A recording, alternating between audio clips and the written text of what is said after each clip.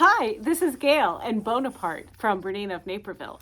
And behind me is Amy's new Tula Pink quilt that she made from the Parisville collection. And it is just super cute. And it was a super easy pattern. But she made this from start to finish, which she was very excited about because she was really rocking on the Q-matic software and the Q-matic stuff.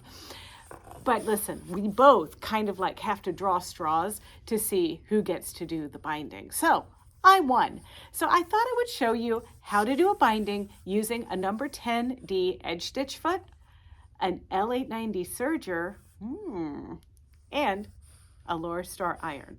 So let's have a crack at this. All right, so here are some of our vital ingredients that we need to do the binding on this. Of course, I've got about a half a yard of my black sashing fabric. This is the caviar color in the Pure Solids by Art Gallery Fabrics. And I'm also going to be using the 20-inch square ruler, or this is 20.5-inch square ruler from Creative Grid to do my squaring up. It's perfect because it's so big and it's easy. Now, Amy wants me to remind you if you're shopping online with us and you're not local, that we cannot ship this ruler because of its weird size. So support your local dealer and pick up this 20.5-inch Creative Grid ruler if you don't have one. All right, so this is our number 10D foot that I'm going to be using for this. Now the 10D is an Edgestitch foot and it's got this little guide in it just like that, and it kind of shows you it's centered right at the center needle position. But if we move our needle over to the right, then we can guide this along a seam and it's going to give us just like a perfect 1/16 or an 1/8 of an inch seam or whatever. And I use the side of this foot, not the one holding the guide, but the side of the foot. I sew with my needle position 3 clicks to the right, and I sew the binding onto the quilt from the back side. Then when I flip the binding over, I move my needle position a click in to the left, so it's 2 clicks from the right, and that's what I top stitch my binding down with. Now I'm also using another machine apart from my BERNINA 880 with the Edgestitch Foot. I'm going to stitch my binding onto the back side of the quilt. Then I'm going to thread up my L890 Serger, and I'm going to have that set for a 3-thread narrow overlock with this Charlotte's Fusible web from Superior in the lower looper. So stay tuned for that one. All right, we're going to trim this and then we're going to cut our binding. Okay, so as you can see, this might be the cutest quilt to come out of the store today. Anyway, so a lot of you have asked and sent me emails and, commented, when you're doing a quilt binding, what's the best way to do this? Well, as you know, for this particular one, I'm going to be using the number 10 Edgestitch Foot. That's number 1. But number 2, you also ask, what do I use to trim, or how do I trim my quilts down so they're square? Well, most of the time when somebody else here makes a quilt, they're pretty square. When I make it, lots of smoke and mirrors have to happen. But what I'm going to show you here is how I do it. I'm sure that there's multiple ways that many of you do this, but this is the way that I do it, and that's the questions I get is, Gayle, how do you do it? So this is how I do it. That sounded more sarcastic than it was meant to sound. Okay, so I take a big square, and I just love my Creative Grid ruler that is 20.5 inches like this one. And I'm kind of like holding it in the corner and kind of just testing how square it is when I hold it up. And this is pretty spot on. So I'm going to go ahead and cut this corner.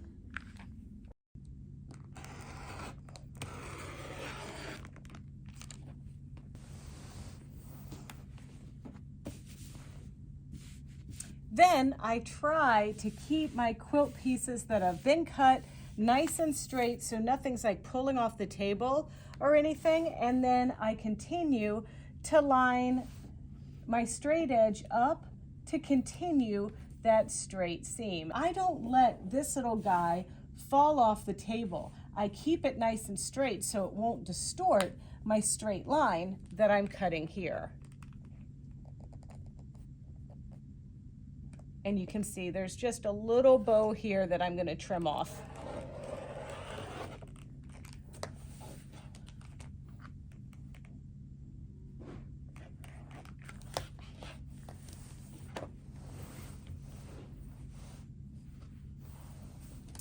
And now we're back down to this corner. And I'm lining everything up, keeping it straight. And it's very straight down here on this edge. So this is a very successful one side of cutting. And now I'm going to go ahead, turn my quilt.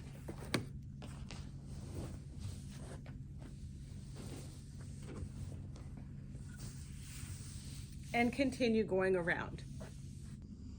Now, you know, if you take a group of 10 quilters in a room, you will get 100 ways to do a binding. And sometimes you have to make the call, do we make the binding on the bias? How wide do we cut this? What's your way that you do things? Well, a lot of times I do cut my bindings on the bias, and one of the reasons why you want to cut a binding on the bias is typically because it doesn't wear out as fast. So if you're putting a binding on a large bed quilt, and it's going to be something that, you know, you make your bed every day, you pull the covers up over your head, you do whatever it is with it, when you cut something along a grain line, once it gets a little ding in it, it'll split all the way up that area. However, if you cut it on the bias and it gets a ding, you usually just get a ding, you don't get a rip. So that is an argument for cutting on the bias. I am not going to do that with this quilt. This quilt is primarily going to be something that hangs on a wall, hangs in our store, or ultimately it's going to hang in Amy's sewing room because this is her Tula Pink fabric that she loves. She made this, she did this whole thing from start to finish herself apart from this binding that she was kind enough to let me do for this video. So I'm going to cut these 2 1/4 inch strips, and that's with the fabric. Once again, this is a 8.5 inch by 24 inch ruler from Creative Grid. Now, Creative Grid rulers, what I really like about them is that anti-slip stuff that's right under the ruler. It really is the best going. I just love it. It really grips this fabric, and I don't have to worry about putting the sandpaper dots on or anything like that. So I'm just going to make that cut. All right, so now I need to cut about 7 of these to complete the perimeter of this quilt. And I know there's going to be some of you out there curious about, hey, Gayle, how did you determine how to measure your quilt and figure out how much binding you need? Well, hey, kids, did you know there's an app for that? That's right, there's one by Robert Kaufman that Linda uses, and you just plop in your measurements and it will tell you how much binding. Easy peasy. And do we have to talk about how to sew our strips together for our binding? It's easy, easy, easy. We put our pieces right sides together, kind of like we make a little picture frame like this, and we're gonna sew from corner to corner on our machine and then trim our extra off. Now we're changing our foot to the number 10D. We never use a dual feed, pull that dual feed lever down, and I'm going to be moving my needle position 3 clicks to the right. Now after getting started here, I'm going to take a moment to just miter the end of my strip here and make a crease, and this crease is going to play a major point later. Now lining up my fabric, not to the edge of the guide, but to the actual edge of the foot there, and I'm going to stitch using that as my seam allowance, reminded that my needle position is 3 clicks to the right, and now I'm going to start stitching.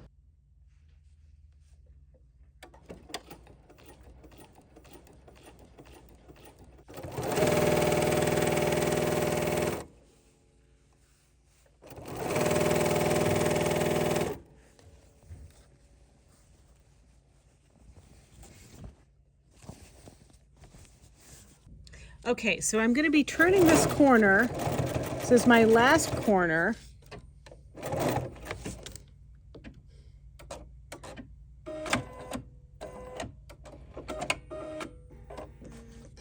And then I'm going to flip this back this way, pull it down just like I did those other ones. And now I'm going to sew it a little bit. I do like to leave an opening so that I can wiggle things around how I need it.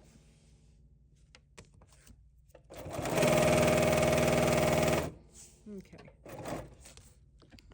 So I have about 11 inches of open space here, like this. And there's a couple things that you can do.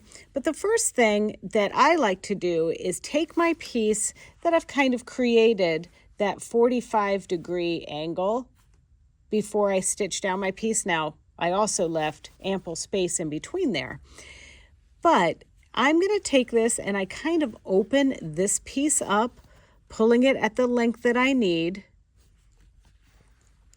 And you can temporarily pin this. Now, don't permanently pin it, just temporarily pin this into position. Okay. Then I bring this piece down. I have plenty to work with. And then I'm going to give this a little tug, just like this. And I'm going to open up this piece like so. And now I'm going to hold these two pieces together with my fingers just perfectly like this. I'm going to undo that pin now because I'm pinching these two pieces together. And now I'm going to pin the excess of this quilt. That'll just help me get more stuff here to work with. Okay, so now we turn this over to see our creased line.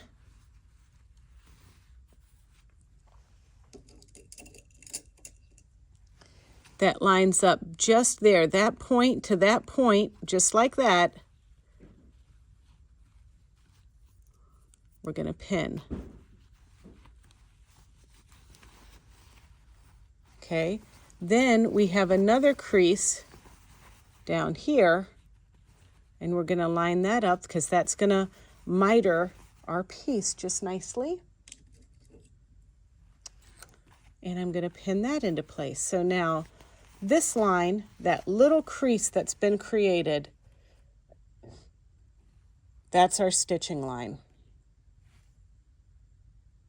We can just get everything under that needle. Now this is a situation where I'm going to move my needle back to the center. That's 3 clicks to the left to get it back to center. And then I'm going to stitch right down that creased line. Always remove your pins before you get to them.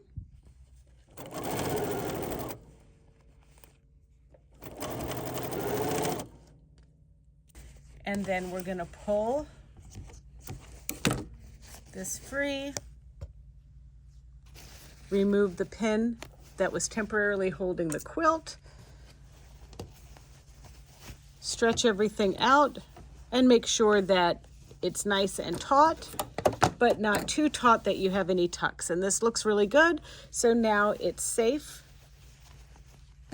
for us to trim our excess seam allowance.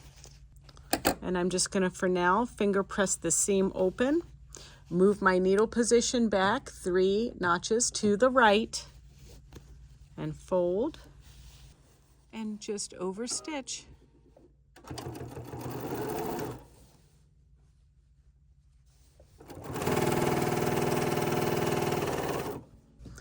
Okay, now let's thread that serger with our fusible thread.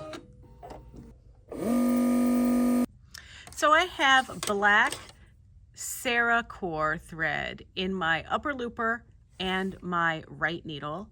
My right needle is set with a cutting width of 6.5, and my tensions are green is 4, blue is 4, but my lower looper is at 3.5.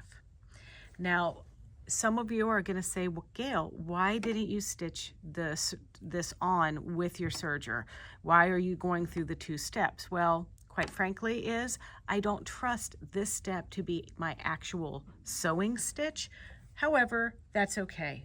This is really such a cool technique. So I'm still working with the back side of my quilt up, but now I can just start right on the edge, and I'm not going to cut anything off. I'm just skimming off of my quilt here, and I'm going to run this through, and I'm going to run it through for a little bit so that you can see what it looks like on the back.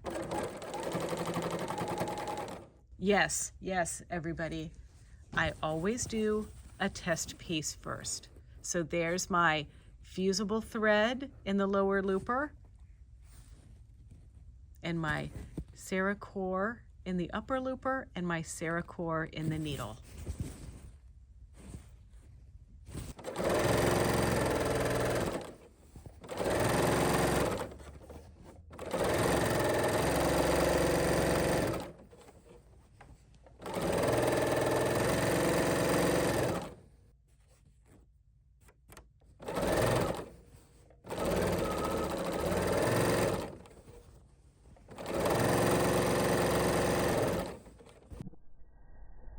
But when I get to the corner, this is where I kind of just sew off just a wee bit. And now I continue. And then I just pick up right here.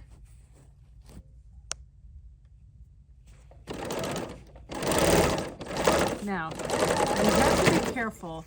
See how I kind of slipped off of there a little bit? I have this camera in my lap and I can't see around it. I'm not too worried about it because I am just using this thread to fuse things. So I'm going to leave it, but just let it be a word of warning to you that you really need to make sure you're getting right up to the edge of that blade, and it's okay to trim just a little sliver off. Because we want it to look more like back there. You'll see in just a minute. This is why I didn't need to trim my puppy ears where my joint is, because I knew I'd be running this through the serger.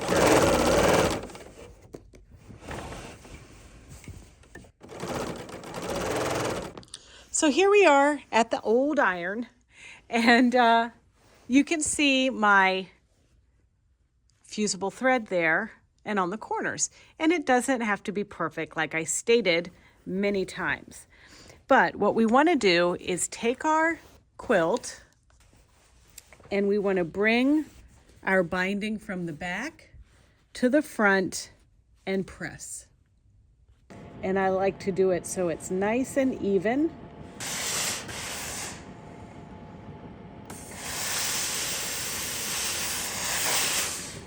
Totally fused into place. And I'm tuck some of my fusible web thread down in here. I'm going to tuck this one over first, just kind of hold that into place with my finger, and then finesse it so that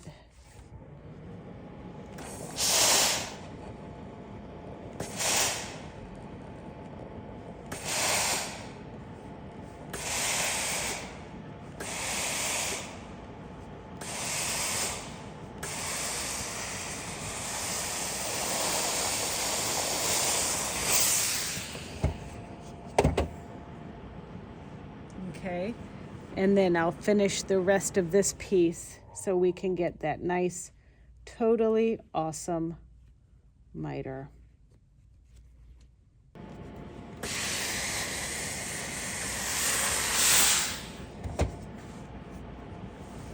Now remember, fusing will look good from 4 feet away, but we still need to stitch this down in case you were wondering. I have to tell you, sometimes I'm very tempted to just leave it fused.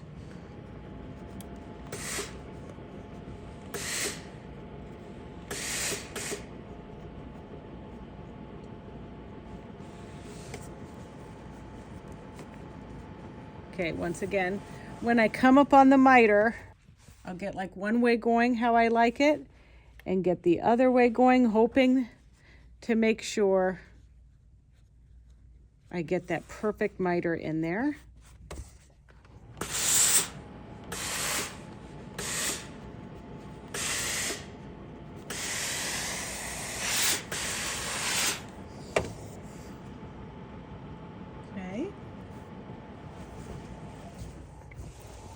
Hey, here's a pro tip. When you're picking out the fusible thread off of your ironing board, cover, and whatever, just make sure you get it. You don't want to leave little bits of it on there so that your iron will, you know, accidentally get it on something you don't want to get it on, you know what I'm saying?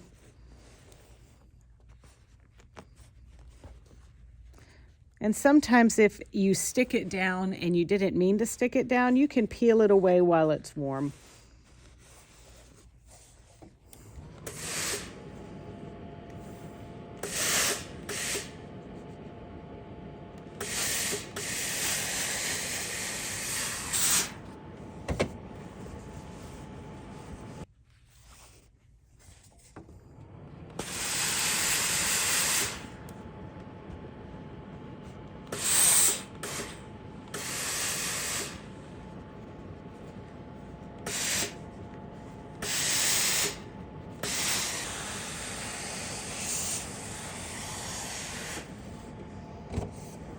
All right, so once you get back to where you started, examine your miters. If there's anything you'd like to change about it while it's still kind of warm, you can pick out and redo.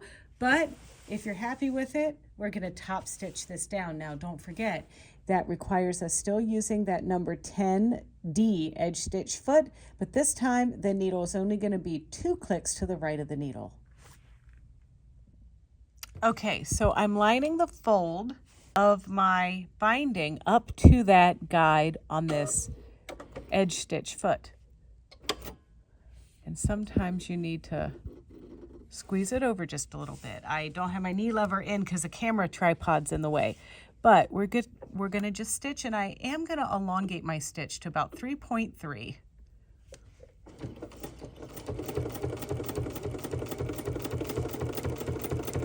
And the wonderful thing about this is that everything is fused down and being held into place, so I can really concentrate on getting my nice straight stitch.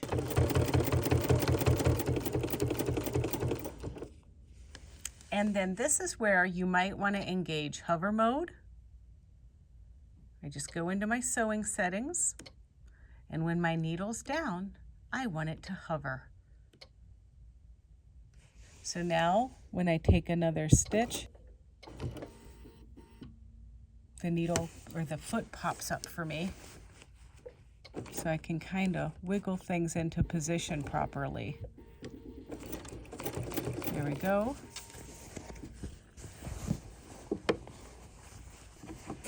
Okay, so some of you will want to know exactly what that looks like when it stitches. So there's the top. That's with that needle position moved over 2 clicks to the right. And there's the back. There's the back on the miter. There's the back there. Okay, so I just have to do this all the way around this quilt.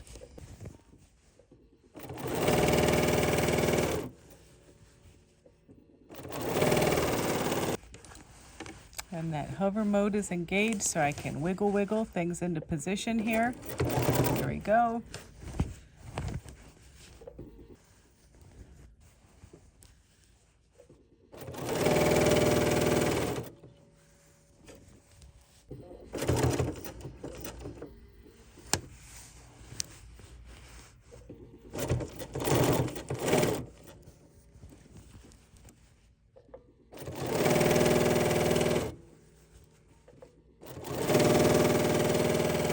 Okay, so once you get back to where you started, you're going to over sew just a little bit, cut, and voila, it is done. It is cute, and that's all I can really say about that. What do you think? Is this something that you're going to make? Is this something that you're going to do? I think you need to give it a try. And I mean, with Serger month still here, why not bust that Serger out with some of our Charlotte's Fusible thread and give it a try? Well, thank you so much for watching. And don't forget, you can see more tutorials like this one, or, you know, silly stuff and other things on our BERNINA of Naperville YouTube channel. It's easy. It's youtube.com/BERNINA of Naperville. And there you can like, comment, and subscribe. Happy binding. Only about 10 more to go in this store.